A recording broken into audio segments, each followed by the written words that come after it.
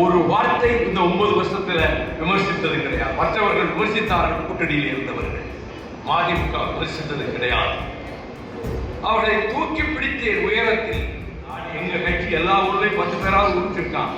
அப்படி கிளைகள் இல்லாத கட்சிக்கு 8 இடங்கள், கட்சியை காணாம போகும்போது இந்த கட்சிக்கு 10 இடங்கள் பிளஸ் ராஜ்யசபா.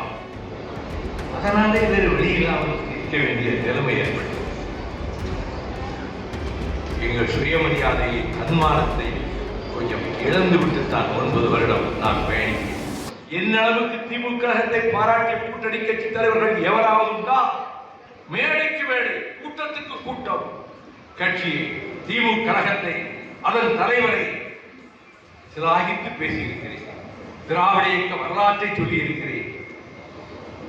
ஒரு வார்த்தை இந்த 9 வருஷத்துல விமர்சித்தது கிடையாது. மற்றவர்கள் விமர்சித்தார்கள், கூட்டணியில் இருந்தவர்கள்.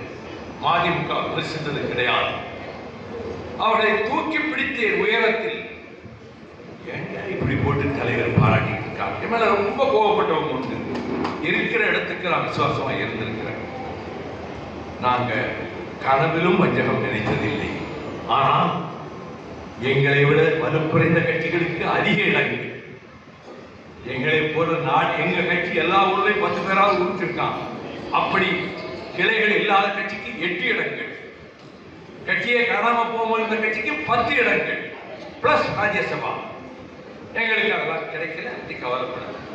ஆனால் நாங்கள் நடத்தப்பட்ட விதம், உங்க சின்னத்தில் நிற்க கூடாது, எங்க சின்னத்தில் தான் நிற்கணும். மற்ற கட்சிகள் தான் தனித்தனி சின்னத்தில் நிற்குது.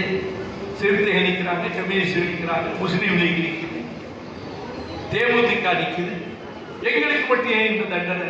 இல்லை இல்லை, எங்க சின்னத்தில் தான் நிற்கணும்.